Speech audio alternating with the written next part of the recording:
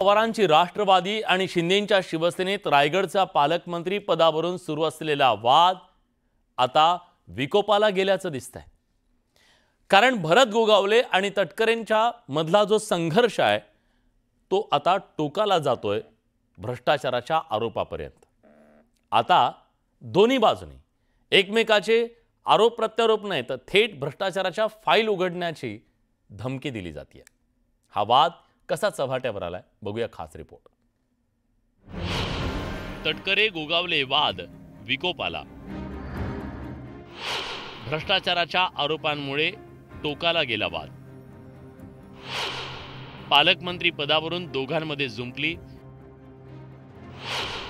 शिवसेना राष्ट्रवादीतली मैत्री संपली। माझं तर त्यांना खुलं आव्हान आहे की सिंचन घोटाळ्याची फाईल जिथे कुठे अडकली ती पुढच्या 7 दिवसांमध्ये त्यांनी बाहेर काढावी। सभापती सार्वजनिक बांधकाम म्हणून जिल्हा परिषदेमध्ये असताना केलेले घोटाळे हे देखील आम्ही पुढे 7 दिवसांमध्ये काढू। मी माझ्या मंत्रिपदाचा आमदारकी सहित राजीनामा देतो। नाही तर त्यांनी त्या परांजपे बोललं ना, त्यांनी त्याच्या तोंडाला काळं फासल का हे त्यांनी सांगावं।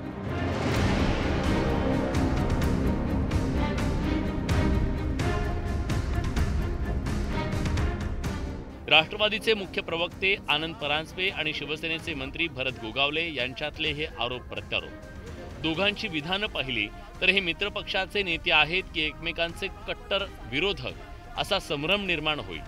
कारण जे काम विरोधकांनी करायचं ते महायुतीचे हे दोन्ही नेते करतायत, ते म्हणजे एकमेकांवर भ्रष्टाचाराचे आरोप। पालकमंत्री पदावरून सुरू झालेल्या वादात गोगावलेंनी पुन्हा एकदा तटकरे आणि राष्ट्रवादीच्या सिंचन घोटाळ्याच्या फाईलबद्दल आरोप केला, ज्यानंतर राष्ट्रवादीनेही गोगावलेंवर जिल्हा परिषदेत घोटाळा केल्याचा पलटवार केला।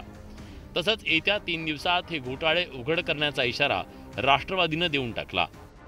माझं तर त्यांना खुलं आव्हान आहे की सिंचन घोटाळ्याची फाईल जिथे कुठे अडकली ती पुढच्या 7 दिवसांमध्ये त्यांनी बाहेर काढावी। हे त्यांना खुलं चॅलेंज आहे। आम्ही देखील पुढच्या 7 दिवसांमध्ये आपली गुन्हेगारी प्रवृत्ती, आपण रायगडमध्ये केलेले आर्थिक घोटाळे, सभापती सार्वजनिक बांधकाम म्हणून जिल्हा परिषदेमध्ये असताना केलेले घोटाळे हे देखील आम्ही पुढे 7 दिवसांमध्ये काढू। आता राष्ट्रवादीच्या मुख्य प्रवक्त्यांनीच पत्रकार परिषद घेत गोगावलेंच्या भ्रष्टाचार उघड करण्याचा इशारा दिला। यानंतर शांत राहतील ते गोगावले कसले? गोगावलेंनीही परांजपेंना आव्हान देत तोंडाला काळं फासण्याचा इशारा देऊन टाकला। त्यांनी आमचे घोटाळे बाहेर काढले। आत्ता सांगतो तुम्हाला, या क्षणाला जर ना राजीनामा दिला तर भरत शेठचं नाव नाही सांगणार।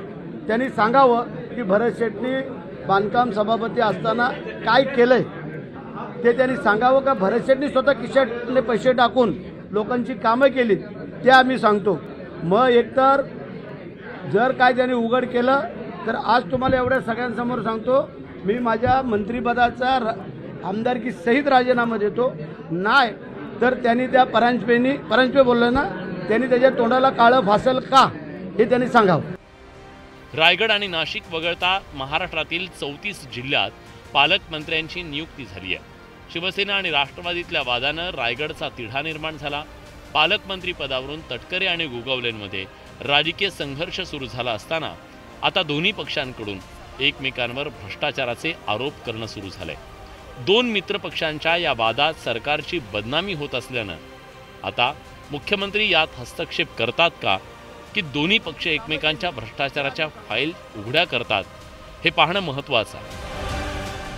शरद जाधव, न्यूज 18 लोकमत, मुंबई।